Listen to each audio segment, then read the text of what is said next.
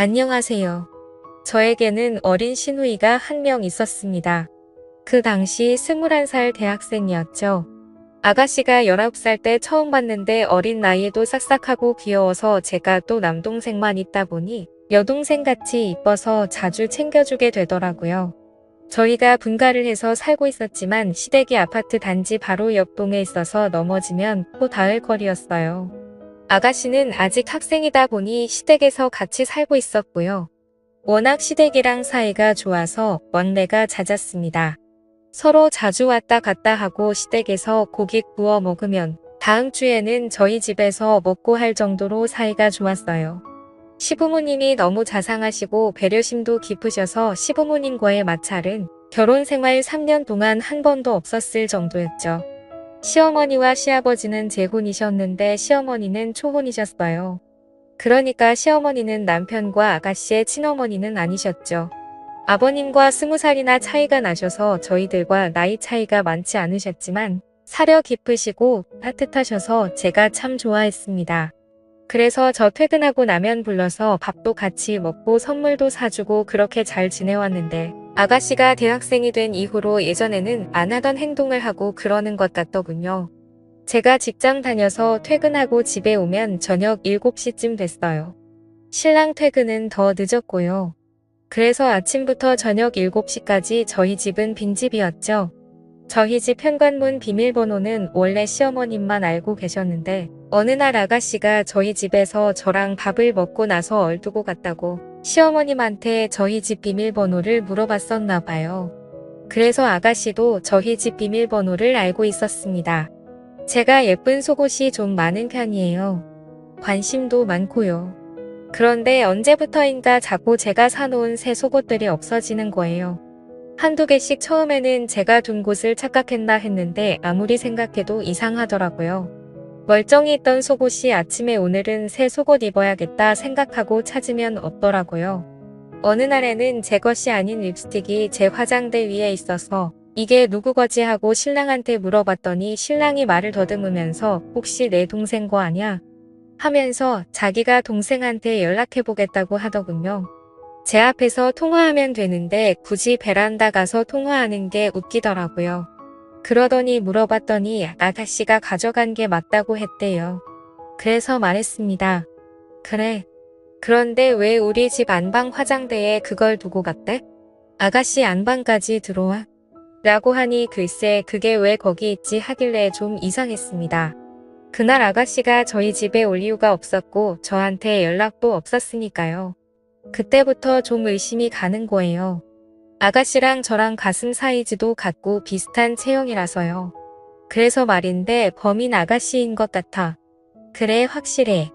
어머님이 아가씨한테 우리 집 비밀번호를 알려줬다고 하셨었거든. 그게 마음에 걸려 저번에 올 일도 없는데 우리 집에 화장품을 두고 간 것도 그렇고. 제가 이렇게 말하니 남편이 에이 설마 누가 남의 속옷을 가져가. 이렇게 말하는데 제가 넣어둔 속옷이 없어진다는 게 아무리 생각해도 이해가 안 되는 거예요. 그래서 그 다음부터는 새로 산 속옷은 아무도 모르게 침대 매트리스 아래에 물건들을 넣을 수 있는 공간이 있는데 그곳에 넣어버렸습니다. 이제는 아무도 내 속옷 안 가져가겠지 생각을 했죠. 그런데 그 후로는 새 속옷이 아니라 제가 빨아놓은 속옷이 없어지는 거예요. 아침 출근하기 전에 빨래 널어놓고 가서 분명히 기억하는데 말이죠. 제가 여동생도 없고 없어질 이유는 아무리 생각해봐도 없는데 아가씨가 성인이 된 이후로 한두 개씩 없어지기 시작한 거 보면 아가씨인 것 같은데 심지는 있지만 확신이 없고 또 대놓고 물어보기도 이상한 것 같고 해서 어떻게 해야 할지를 모르겠더군요. 제 친한 친구에게 고민 상담을 하니 아가씨랑 같이 쇼핑 가서 아가씨 속옷 하나 골라서 선물해주라고 그런 얘기하면 서로 껄끄러워지니 그렇게 해서 눈치 한번 줘보라고 하더라고요. 그래서 아가씨에게 다른 이야기 없이 다음날 속옷을 여러 개 선물해줬습니다. 없어진 속옷들이랑 비슷한 디자인으로 10세트나 샀어요. 아가씨 제가 속옷 사러 갔는데 너무 이쁜 게 많아서 아가씨 생각나서 하나 샀어요. 하고 선물해주니 언니 생일도 아닌데 왜 속옷 선물이에요? 잘 입을게요 고마워요 하면서 해맑게 받더라고요. 이제는 내 속옷 욕심내거나 훔쳐갈 일 없겠지 싶었는데 그 후로도 속옷 도둑의 소해는 멈추지 않았고 결국 저는 남편에게 금요일 저녁 퇴근 후 시댁에 가자고 했어요. 남편은 뭐 그런 일로 시댁까지 가냐고 난감해 하더라고요. 그래서 이건 심각한 거다. 일종의 경고를 할 필요가 있다고 말을 했습니다. 시댁에 가니 마침 아가씨도 안 나가고 집에 있어서 내심 잘 됐다 생각이 들었습니다. 어머님께 이렇게 말했어요. 어머님 세상에 어쩌면 좋아요. 우리 아파트에 변태가 사는 것 같아요. 신랑 속옷은 그대로 있는데 제 것만 한두 개씩 없어지는 거 있죠. 얼마 전엔 빨래 널어놓은 것까지 훔쳐가더라고요. 아무래도 신고해야겠죠. 무서워 죽겠어요. 아가씨나 어머님 같은 거는 없어진 거 없으세요? 조심하세요 하면서 태연하게 조근조근 얘기했네요. 그랬더니 아가씨가 아주 해맑은 표정으로 어머 언니 진짜 대박이다. 그런 변태 도둑 이야기 나도 들어본 것 같아요 라고 하더군요. 뻔뻔하단 생각이 들었습니다. 어머님이랑 아버님은 언제부터 없어졌냐고 새아가 조심하라고 신고부터 해야 하는 거 아니냐고 하시더라고요. 그러자 아가씨는 아니 엄마 뭘 신고까지 해.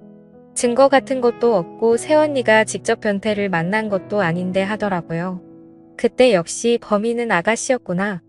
예전에는 마냥 귀엽고 여동생 같아서 잘 챙겨줬었는데 이런 일을 겪고 나니 얼굴을 마주보기도 좀 그렇더라고요. 화장품이나 향수 같은 걸 가져갔으면 그래도 덜 당황스러웠을 텐데 말이죠. 그로부터 일주일 정도는 아무 일 없이 잘 지냈어요. 그 일 덕분에 제가 퇴근하자마자 속옷을 확인하는 게 일이었거든요. 늘 집에 오면 속옷 하나하나 체크하면서 벗었는데 없어진 것도 없고 위치도 그대로라 이제 아가씨가 그러지 않는구나 생각했어요. 그때 시댁에 가서 말하길 잘했다 생각하고 있었죠. 그런데 그 다음 주말에 저 혼자 아기를 데리고 친정에서 하루 자고 밤늦게 우리 집에 도착했었거든요. 월요일 아침에 출근하려고 보니 화장대 화장품들의 위치가 어딘가 좀 낯설게 정돈되어 있는 거예요. 제가 기억력도 좋은 편에다가 정리도 칼같이 하거든요. 얼핏 보면 그대로인 것 같은데 한두 개 위치가 바뀌어 있더라고요. 좀 이상하다 생각하고 출근 준비를 하는데 느낌이 왠지 쎄한 거예요. 그래서 서랍장이랑 화장대를 잘 살펴보면서 혹시 없어진 게 없나 하고 보는데 서랍에 있던 향수 하나랑 얼마 전에 구입한 섀도우가 없어졌더군요. 이전에도 이런 일도 있고 해서 아가씨가 의심이 됐어요. 아가씨가 가져간 향수는 아가씨 나이대에는 전혀 안 어울리는 향이었는데 그걸 왜 가져갔을까 싶기도 했지만요. 진짜 머리가 하루 종일 아프더군요. 혹시 이번에는 화장품을 선물해 줄까 싶어서 일부러 그런 건 아닐까 하는 생각마저도 들었어요. 철없는 아이라지만 이건 더 이상 제가 이해하고 넘길 수 있는 문제가 아닌 것 같더라고요. 친언니 거 가져가는 것도 아니고 피 하나 안 섞인 새언니인데 아무도 없는 저희 집에 와서 제 화장대에 앉아서 이것저것 발라보고 만져보고 그것도 모자라 가져가기까지 하고 상상만 해도 소름이 끼쳤어요. 그런데 문득 집에 남편이 있었는데 그걸 못 봤나 싶더라고요. 그래서 남편에게 자기야 혹시 나 없을 때 주말에 집 비운 적 있어? 말했더니 뭐 집에만 있었다고. 그럼 우리 집 안방에 누가 왔다 간 거 못 봤어? 내가 화장품이랑 향수가 없어졌어 라고 했더니 갑자기 누나를 조금 굴리더니만 생각해보니까 내가 너 없을 때 잠깐 집 앞에서 밥 혼자 먹고 왔는데 그때 누가 왔다 간 거 아닐까 라고 하더군요. 그러면서 인중을 긁는데 남편이 조금 이상했습니다. 남편이 보통 거짓말을 할 때 인중을 긁고 하는데요. 그날 회사 가서도 또 아가씨가 우리 집에 와 있진 않을까 또 몰래 와서 뭐라도 뒤져보진 않을까 남편이 왜 인중을 긁었을까 뭘 숨기고 있는 걸까 별별 생각이 들더군요. 그래서 일도 제대로 못했어요. 그리고 퇴근 후 집에 가서 어떻게 할 건지 1시간 동안 시나리오를 짜듯 머릿속에 다 그려놓고 아가씨에게 전화를 했습니다. 아가씨 지금 집이세요? 하고 물어보니 집이라더군요. 언니 왜요? 라고 묻길래 그냥 뭐 먹고 싶은 거 있냐고 물어봤더니 떡볶이가 먹고 싶다더군요. 그래서 배달 어플로 시댁에 떡볶이를 주문한 후 시댁으로 갔습니다. 시댁에 가서 없어진 제 물건들을 찾으려고 한다고 미리 말하면 아가씨가 제 물건들 다 들고 외출할 거 아니에요. 그럼 저만 이상한 여자 될 것 같아서 그렇게 말하지 않고 시댁에 간 거예요. 시댁에 도착하니 시어머니랑 아가씨가 TV를 보고 있더라고요. 긴히 드릴 말씀이 있다고 시어머니님께 말했습니다. 아가씨는 그냥 아무 생각 없이 옆에서 TV만 보고 있었고요. 어머님 이런 얘기 저도 고민 많이 하고 어떻게 얘기 꺼내야 할지 몰라서 한동안 저 혼자 속으로 그리고 있었는데요. 이렇게 말씀드리는 게 최선이라는 결론이 나와서요 라고 말했습니다. 시어머니는 제가 이렇게 진지하게 얘기 꺼낸 적도 없고 무슨 영문인지 모르시니 그래 무슨 얘기인지 몰라도 편하게 얘기해봐라 라고 하셨어요. 그래서 어머님한테 어머님 저번에 제가 드린 말씀 기억하세요? 제 속옷만 없어졌다는 얘기요. 사실 그때 속옷 없어진 날 누구 건지 모를 화장품이 제 안방 화장대에 있었어요. 그래서 아가씨한테 물어보니 아가씨 거라고 하더라고요. 제가 여기까지 말하니까 갑자기 옆에서 TV 보면서 배를 긋던 아가씨가 깜짝 놀라면서 언니 지금 무슨 말씀을 하시는 거예요? 제 화장품이 언니의 안방 화장대에 있었다고요? 라고 하는 겁니다. 그래서 제가 말했습니다. 아가씨가 저희 남편이 전화해서 물어보니 본인 거 맞다고 그날 말씀하셨잖아요 라고 하니 오빠한테 그런 일로 전화 온 적 없는데 무슨 말씀이세요? 라고 하더군요. 그때까지만 해도 아가씨가 범인이라는 확신이 있었던 저는 그때부터 아가씨가 우리 집 물건들을 가져가는 범인인 걸로 알고 있었어요. 그래서 제 딴에는 아가씨한테 직접 말하기 껄끄러운 상황이고 서로 불편해질까 두려웠어요. 그래서 아가씨를 생각해서 서로 안 불편하게 이게 최선의 방법이란 생각으로 이쁜 속옷 직접 골라서 포장해서 선물해 준 거예요. 제가 이렇게 하면 아가씨가 다시는 안 그럴 거라 믿었거든요. 이렇게 말하니 갑자기 아가씨가 폭풍 같은 눈물을 흘리며 지금 무슨 말을 하는 거냐고 본인 진짜 억울하다고 하면서 새언니 진짜 좋게 봤는데 너무 하시네요. 누굴 지금 도둑으로 모는 거예요? 나 지금 너무 황당하고 어이없어요. 엄마, 언니 말 믿는 거 아니지? 오빠 데려오세요. 오빠가 그랬다고요? 저 안 그랬어요. 저 진짜 억울해요. 라고 말하면서 난리를 피웠습니다. 이때 아가씨의 행동이 어이가 없더라고요. 얼마 전까지만 해도 이쁘고 마냥 착했던 시누이가 아니더군요. 그동안 내가 얼마나 바보같이 행동했으면 이렇게 나올까 싶고요. 아가씨가 그렇게 말하니 시어머니는 새언니 얘기하고 있는데 무슨 버릇이냐고 가만히 있으라고 말하셨어요. 아가씨, 저는 사실 제가 이렇게 얘기하면 아가씨가 언니 미안하다고 철없는 생각으로 욕심에서 손댄 것 같다고 정말 미안하다고 이렇게 얘기할 줄 알았는데 정말 실망이네요. 아가씨 그렇게 말하시면 저 너무 섭섭해요. 저 나름대로 아가씨 배려한다고 서로 기분 상하지 않게 하려고 얼마나 신경을 썼는데요. 그 말을 듣던 아가씨는 더 큰 소리로 립스틱 내가 립스틱 바르는 거 봤어? 나 립스틱 안 써. 사본 적도 없고 써본 적도 없어. 나는 이렇게 생긴 틴트만 바른단 말이야. 엄마도 알잖아 나 립스틱 안 바르는 거. 라고 말했고 그 말을 듣던 시어머님도 그래. 네가 립스틱을 바르는 거 나도 본 적이 없는데. 라고 남편에게 따져 물었어요. 남편은 끝까지 제가 나한테 분명 나 없을 때 와서 화장품 놓고 갔다고 말했었어. 라고 말했고요. 혼란스럽더라고요. 누구 말을 믿어야 할지. 저는 누구 말을 믿어야 할지 정말 모르겠네요. 한마디 던지고 집에서 나왔습니다.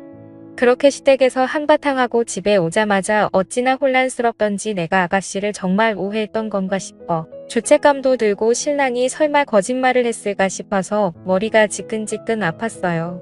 남편은 저한테 너무 미안하다고 본인 동생이지만 너무 뻔뻔하다고 그간 얼마나 힘들었냐면서 꼭 껴안아주는데 이 사람을 믿어도 될까 싶더군요. 순간 화장품이 없어졌던 그날 남편이 분명 집에만 있었다고 했다가 아다시 이야기를 하니 집을 비웠었다고 말을 바꾼 게 생각이 나서 찝찝했어요. 당장 번호를 바꾸려다가 뭔가 제대로 증거를 잡아야겠다 싶더라고요. 누가 범인인지 누가 거짓말을 하고 있는지 꼭 알아야겠다는 생각이 들었습니다. 그래서 남편 몰래 안방에 CCTV를 달았습니다. 검색해보니 쿠팡에서 5만 원도 안 되는 가격에 좋은 카메라를 팔더라고요. 당일 배송도 되고요. 다음 날 총 2개를 구입해서 안방에 1개 그리고 거실에 한 개를 설치한 후 보이지 않게 다른 물건들 사이에 숨겨놨어요. 혹시나 눈치챌까 싶어서 남편 동태를 살폈는데 전혀 모르는 눈치더라고요. 며칠 뒤 어머님이 오셔서 단둘이 얘기를 했는데 저한테 당신이 자식 교육 잘못시켰다며 미안하다 하시더라고요. 아들놈이 거짓말을 했는지 딸애가 거짓말을 했는지 모르겠지만 어쨌든 본인 자식 때문에 마음 고생시켜서 미안하다고 많이 화나고 속상했을 텐데 마음 좀 풀렸냐고 다독여 주시더군요. 그러면서 누가 잘못했던 이번 한 번만 본인 얼굴 봐서 용서해달라고 하시더군요. 다 이유가 있지 않겠냐면서요. 그때 본인 친자식들도 아닌데 이렇게까지 숙여서 말씀하시는 어머님이 참 대단하다 생각이 들더라고요. 저는 네. 라고 대답은 하면서도 어림없지라는 생각을 했어요. 어떻게 그냥 덮고 넘어가나요? 이리도 찝찝한데 카메라를 설치한 후 저는 거의 핸드폰 중독자처럼 핸드폰에 설치해 놓은 CCTV 어플만 바라보며 지냈습니다. 제가 생각해도 제 자신이 너무 웃겼어요. 심지어 남편과 밤에 안방에 둘이 누워 있는데도 남편 몰래 그 화면을 볼 정도로 중독이 되어 있더라고요. 요즘 CCTV는 기능이 정말 많은데 소리나 움직임을 감지해서 문자를 보내주기도 하고 사람은 아무것도 보지 못하는 어두운 방 안을 환하게 감지해서 보여주기도 해요. 또 소리도 생생하게 들리고 제가 마이크로 소리를 전달할 수도 있더군요. 이제 범인을 잡는 건 시간 문제다 싶었네요. 그런데 일주일이 지나도 2주가 지나도 주말에 제가 친정에 간다며 아이를 데리고 집을 비워도 아무 일도 일어나지 않았습니다. 남편은 제가 친정에 가 있는 동안 정말 집에서 혼자 배달음식 시켜 먹고 자고 TV 보고 뒹굴거리기만 했고 아가씨는 코빼기도 보이지 않았어요. 점점 지루해져서 저도 카메라에 집착하는 게 줄어들더라고요. 그리고 앞으로도 별일 없기를 속으로 얼마나 바랐는지 모릅니다. 그냥 별일 없이 하나의 에피소드로 좀 찝찝하긴 하지만 지나가길 희망했어요. 그러나 한 달 정도가 지난 후 결국 CCTV에 한 여자의 모습이 찍히면서부터 사건의 실마리가 잡히기 시작했습니다. 친정에서 아이를 데리고 놀고 있는데 갑자기 핸드폰 알림이 뜨더라고요. 움직임이랑 소리가 감지됐다고. 그래서 바로 거실 CCTV를 켰는데 여자 뒷모습만 보이고 얼굴이 보이지 않았지만 아가씨 같았어요. 그 여자가 안방으로 들어가길래 옳다구나 드디어 걸려들었네 하고 두근거리는 가슴으로 화면을 지켜봤습니다. 그런데 그 장면을 보고 너무나도 충격을 먹었습니다. 그 여자 얼굴이 보이는데 그 여자는 바로 우리 시어머니였습니다. 그 여자가 안방에 들어가 안방 침대에 누워있던 남편에게 다가가더군요. 남편이란 놈은 익숙하다는 듯 두 팔을 벌리며 그 여자를 안았고 차마 입에도 올리기 더러운 짓을 했습니다. 정말 꿈을 꾸는 줄 알았어요. 이게 말이 되는 상황입니까? 현실적으로 가당키나 하나요? 현실을 인정하기 힘들어서 제 뺨을 여러 번 꼬집어보고 때려봤습니다. 하지만 이건 현실이었어요. 둘의 대화는 가관이었어요. 자기야, 내가 물건 가져가지 말라고 했잖아. 그렇게 흔적을 남기면 언제가 들켜. 혜영이 얘 진짜 눈치 빠르단 말이야. 내가 얼마나 하루하루 살얼음 같은 줄 알아? 난 씻고 나서 새 속옷 아니면 안 입는 거 알잖아. 그럼 옷을 가져오면 되지. 올 때는 항상 깜빡하더라고. 혜영이 왜 그렇게 눈치가 빨라. 진짜 내 방 뒤질까봐 얼마나 아찔했는지 몰라. 다행히 민정이 의심해서 다행이었지. 그리고 그게 꼭 혜영이 거는 아니잖아. 네가 더 많이 버니까 네가 사준 거나 다름없는 거고 그러니까 걔 거는 다 내 거 아니야? 참자기는 논리적이라니까. 이딴 말을 주고 받는데 정말 어이가 없더군요. 저는 마이크를 켜서 큰 소리로 그만해 라고 소리를 질렀어요. 어디선가 제 목소리가 나오는 걸 들었던지 그 두 인간감 놀라서는 주변을 두리번거리면서 바라보는데 진짜 우습더군요. 그리고 아가씨에게 방금 내가 본 장면 녹화한 일부를 카톡으로 보냈습니다. 아가씨 난리가 났더군요. 바로 언니네 집으로 갈게요. 언니도 오세요. 라고 하더니 아가씨보다 더 빨리 집에 달려갔습니다. 그러나 이미 우리가 도착했을 때는 집에 아무도 없었어요. 남편 놈한테 전화를 했어요. 어디냐고 당장 나오라고 그랬더니 카메라 설치한 거 다 확인했다고 말했습니다.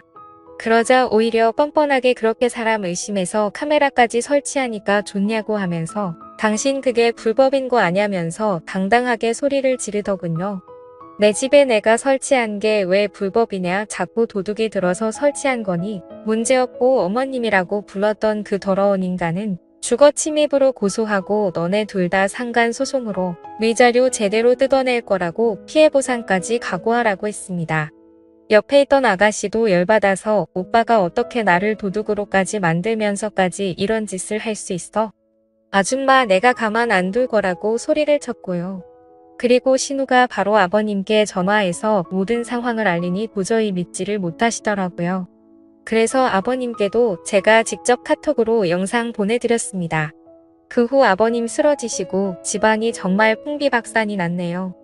이제 소송을 시작해야 하고 뭔가를 해야 하는데 진짜 이게 현실로 받아들여지지 않아서 너무 힘이 듭니다. 앞으로 어떻게 해야 할지 모르겠네요. 조언 부탁드립니다. 감사합니다.